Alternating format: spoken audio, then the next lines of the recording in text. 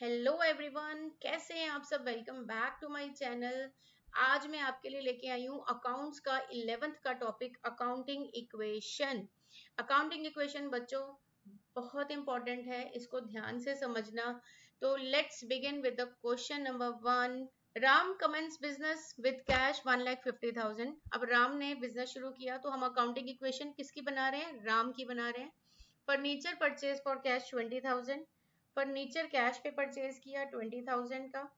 फिर आता है purchase goods from Mahesh on credit 25,000, यानी कि 25,000 की गुड्स परचेज की हमने महेश से। किस पे? क्रेडिट पे। Sold goods ₹20,000 to Sohan for 25,000। 20,000 20,000 की कॉस्ट है और हमने बेची 25,000 में। Additional capital introduce 14,000। Commission received in advance 2,000। तो let's begin with an accounting equation. तो इस तरह से हमारी अकाउंटिंग इक्वेशन बन जाती है। ये परफॉर्मा है जो आपको बनाना है। ये serial number, transactions, assets equal to liability plus capital. Accounting equation का फॉर्मूला है बच्चों, asset equal to liability plus capital. Business में एनी टाइम, किसी भी टाइम अगर देखो तो एसेट्स हमेशा लायबिलिटी और कैपिटल के बराबर होनी चाहिए। ठीक है, assets must be equal to liability plus capital. तो ये फॉर्मूला आपको याद रखना है। तो इधर हम लिख लेंगे एसेट्स और इधर लिखेंगे लायबिलिटी प्लस कैपिटल। तो सबसे पहले हम क्वेश्चन शुरू कर रहे हैं सीरियल नंबर 1 के साथ। Ram commence business with cash 1,50,000। तो जब राम कमेंस कर रहा है बिजनेस तो यहाँ लिख लो आप। ट्रांजेक्शन की थोड़ी सी डिटेल लिख सकते हो आप, तो hardly matter. Ram commence business इतना भी लिख सकते हो, विद कैश लिख सकते हो। तो इतना कोई हार्ड एंड फास्ट नहीं होता है यहाँ पे, लेकिन यहाँ जो चीजें आप डालोगे ये थोड़ी सी हार्ड एंड फास्ट होती हैं, ये चीजें आपकी हिलनी नहीं चाहिए। तो अगर राम ने बिजनेस शुरू किया कैश के साथ तो हम एसेट्स में लिखेंगे कैश। कितना कैश आया बिजनेस में? तो लिखेंगे 1,50,000। और अगर इधर बिजनेस शुरू किया गया है किसी कैश से या कोई भी चीज वो बिजनेस में जब भी डालेगा वो उसकी क्या बन जाती है? कैपिटल। तो यहाँ लिखिए आप कैपिटल। मेरी जगह थोड़ी सी कम रहेगी, आप अपनी एक लाइन देके रखना इसको। ठीक है, तो 1,50,000। तो बच्चों पहले जो दो एंट्रीज होती है ना, इन दोनों एंट्रीज को आप इकट्ठा ही करोगे। ठीक है, तो सेकंड ट्रांजैक्शन पे आ रहे हैं। Furniture purchase for cash 20,000। अब फर्नीचर परचेज किया तो आप लिख सकते हैं फर्नीचर परचेज फॉर कैश। ये मैं पहले ही बोला आपको कोई हार्ड एंड फास्ट नहीं है, आपके टाइम पर डिपेंड करता है कितना टाइम है। वैसे आप यहाँ लिख सकते हैं, फर्नीचर परचेज भी लिख सकते हो। फॉर कैश 20,000, तो 20,000 का तो कैश भैया फर्नीचर में निकल गया। अब इस कैश के बदले आया क्या? एक और एसेट जुड़ गई, वो है फर्नीचर। तो यहाँ आप लगाओगे 20,000 फर्नीचर के नीचे। अब आप लाइन लगा सकते हो, दो एंट्रीज इकट्ठी हो चुकी हैं। अब आप जब भी ये दो लाइन एंट्रीज करके हर स्टेप पे एंट्री करते जाओगे, आपको बैलेंस निकालना होता है। तो यहाँ बैलेंस निकल गया हमारा 150 में से 20 चला गया तो 130। यहाँ ब्रैकेट भी लगा सकते हो, यहाँ माइनस भी लगा सकते हो। कुछ माइनस लगा के करते हैं वो भी ठीक है, ऐसे ब्रैकेट लगा लेते हैं वो भी ठीक है, तो इसमें कुछ वो फर्क नहीं पड़ता। देन फर्नीचर है 20,000 का, तो ये टोटल हो गया 1,50,000 का। इधर लाइबिलिटी अभी कोई आई नहीं और कैपिटल है हमारी 1,50,000। तो ये हो गया बराबर हमारा फर्स्ट स्टेप। तो चलते हैं थर्ड एंट्री पे। थर्ड एंट्री बोलती है purchase goods from Mahesh on credit. तो यहाँ आप लिख सकते हो परचेज गुड्स फ्रॉम महेश। ठीक है, इतना लिखने के बाद गुड्स क्रेडिट पे आई हैं, तो इसका मतलब कैश हमारा नहीं गया, आप कैश में कुछ नहीं करोगे। अब परचेज हुई है गुड्स, तो स्टॉक का एक कॉलम बन गया। कितने की गुड्स आई हैं स्टॉक में? लिख दो यहाँ 25,000 की गुड्स आई हैं। अब कैश नहीं पे किया उस बंदे को, तो हम क्या करेंगे? लाइबिलिटी में जोड़ देंगे कि हमें पे करना है फ्यूचर में। ये हमारा क्रेडिटर हो गया। तो हम लाइबिलिटी में नीचे लिख देंगे कि क्रेडिटर्स। यहाँ पे आप कॉलम बना सकते हो क्रेडिटर्स। ठीक है, देन लाइन लगाइए अगेन, इसको बैलेंस करिए, नीचे लेके आइए जितना बचा है। तो 130 तो कैश पड़ा है अभी हमारे पास, 20 का फर्नीचर एज इट इज है और 25 का स्टॉक आ गया। तो ये टोटल कर लो कितना हुआ फटाफट से, 1,75,000। तो इधर भी टोटल कर दो, ये आपने कैपिटल भी लिख दिया, क्रेडिटर भी लिख दिया। तो इसका टोटल 1,75,000, इसका टोटल 1,75,000। तो हो गया बराबर। हर स्टेप पे चेक करना है आपको क्यों चेक करना है? क्योंकि अगर कोई मिस्टेक होती है तो अभी के अभी पकड़ लोगे वो मिस्टेक। अगर आपने नहीं पकड़ी हर स्टेप पे तो आप ऐसे ही करते जाओगे, फिर आपको फिर से सारा चेक करना बहुत मुश्किल हो जाएगा। ठीक है, तो फोर्थ ट्रांजेक्शन पे आते हैं। Sold goods costing ₹20,000 to Sohan for 25,000। अब यहाँ लिख दो सोल्ड गुड्स। अब बताइए अब क्रेडिट है कि cash? You can comment me in comment box फटाफट से। Sold goods costing 20,000 to Sohan for 25,000, किस पे है ये? कैश पे कि क्रेडिट पे? क्रेडिट पे। गुड। तो सोल्ड गुड्स मतलब 20,000 की गुड्स हैं, सोहन को बेची है 25,000 में। तो सोल्ड गुड्स टू सोहन कितने में? 20,000 वाली। कैश आया? नहीं आया, क्योंकि ये हमने उधार पे बेची है सोहन को, कैश नहीं आया अभी। तो कितना कैश आना चाहिए? 25,000। कितने की गुड्स चलेगी? 20,000। तो पहले तो भैया 20,000 की गुड्स निकाल दें यहाँ से। मैं ब्रैकेट यूज कर रही हूँ माइनस के लिए, ठीक है? तो आप कुछ भी कर सकते हो, कोई हार्ड एंड फास्ट नहीं होता। और यहाँ पे लिख सकते हो आप डेटर्स। डेटर्स क्या होते हैं? जिनसे पैसा अभी आएगा। तो कितना पैसा आएगा? 25,000।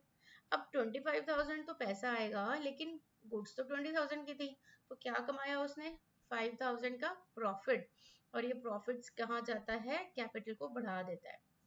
मुनाफा हुआ ना, तो जो मुनाफा होता है वो कैपिटल बढ़ा देता है, और जो नुकसान होता है वो कैपिटल को कम कर देगा। ठीक है, तो यहाँ आपकी गुड्स रह गई अभी हमारे पास 5,000 की, 25,000 के डेटर्स आगे ये आ गए क्रेडिटर्स, और ये आ गया हमारा कैपिटल। अब टोटल करो फटाफट से दोनों साइड, कितना बना टोटल? 155 और 25 बन गया हमारा 180। और एसेट साइड चेक कर लो फटाफट से।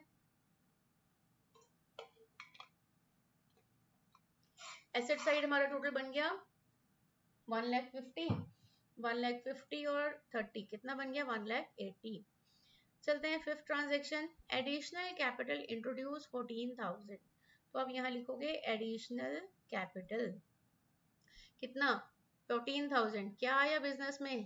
कैश। ठीक है, तो यहाँ कैश बढ़ा दो। 14,000 से कैश बढ़ा दिया हमने, और क्या बढ़ गया? और बढ़ गई हमारी कैपिटल। देखो भैया एडिशनल कैपिटल आई है ना, और तो कैपिटल ही तो बढ़ेगी इधर। और किस में आई है? कुछ नहीं दिया, तो क्या आया फिर? कैश आया। तो कैश बढ़ा दिया हमने। कर लो बैलेंस फटाफट से इसको। 1,44,000 प्लस कर लो फटाफट एसेट साइड और लाइबिलिटी साइड। देखो बराबर है? अगर है तो हम सही चल रहे हैं, हमारी अकाउंटिंग इक्वेशन मिल रही है। तो ये 169,000 टोटल कर लो दोनों साइड। ये टोटल हो गया 1,69,000। अब दोनों साइड टोटल करो। 144 और 20 164, 164 और 5 169। तो 169 प्लस 25 प्लस 25 हो गया बराबर दोनों साइड। चलिए सिक्स्थ ट्रांजेक्शन पे आते हैं। Commission received in advance. अब बताओ भैया ये बड़ी इंपॉर्टेंट है। कुछ चीजें ऐसी होती है अकाउंटिंग इक्वेशन में जो एक आधी मैम डाल देंगी तो वो उसमें हम घूम जाते हैं। ये अब रिसीव्ड इन एडवांस आ गया। कुछ नहीं घूमना, मेरा मोटिव ये है कि मैं आपको हर एंट्री के बारे में बताऊं, ताकि आपको ये पता चल जाए कि कुछ घूमने की जरूरत नहीं है, हर चीज के पीछे कोई लॉजिक होता है। ठीक है, कमीशन एडवांस में रिसीव हुई है, मतलब कैश आ गया हमारे पास एडवांस में। पहली बात तो कितना? 2,000। तो यहाँ लिखिए कमीशन रिसीव्ड इन एडवांस, ये लिख दिया। कैश आ गया 2,000, तो पहली एंट्री तो कैश बढ़ गया। अब अगर कैश इधर बढ़ गया है तो समथिंग मस्ट बी, या तो यहाँ डिडक्ट करें या फिर इधर ऐड करें। अब ऐसा क्या होगा? अब देखो पहले ही आप कमीशन एडवांस में रिसीव करके बैठे हो, तो अभी तो टाइम नहीं आया, तो ये हमारी लायबिलिटी बढ़ जाती है। ठीक है, तो हम इसमें लिख देंगे, यहाँ एक कॉलम बना लेना, कमीशन रिसीव्ड इन एडवांस या एडवांस कमीशन। तो इस तरह से एक कॉलम बन जाता है। इसलिए हम थोड़ा सा लायबिलिटी और कैपिटल में ना अपना गैप लेके चलना, क्योंकि कुछ चीजें बीच में आती हैं और हमें स्पेस की प्रॉब्लम हो जाती है, तो इसलिए थोड़ी सी स्पेस होनी बहुत जरूरी है। ठीक है, अब आगे चलते हैं। कमीशन रिसीव्ड इन एडवांस जो हमने ये कॉलम बनाया है, यहाँ पे लगाओ प्लस 2,000। ठीक है, बाकी आपको कोई फर्क नहीं पड़ेगा। अब यहाँ लगाइए लाइन। जब आप लाइन लगाएंगे आपको करना है बैलेंस। मेरा तो हो गया पेज यहाँ खत्म, तो मैं बैलेंस के लिए जा रही हूँ आगे। जब हम बैलेंस करेंगे हमारा कैश कितना आ रहा है? कैश आ रहा है 146। तो हम लिख देंगे 146,000 प्लस, अब अगला क्या है हमारे पास है फर्नीचर 20 का, तो हमने लिख दिया 20,000।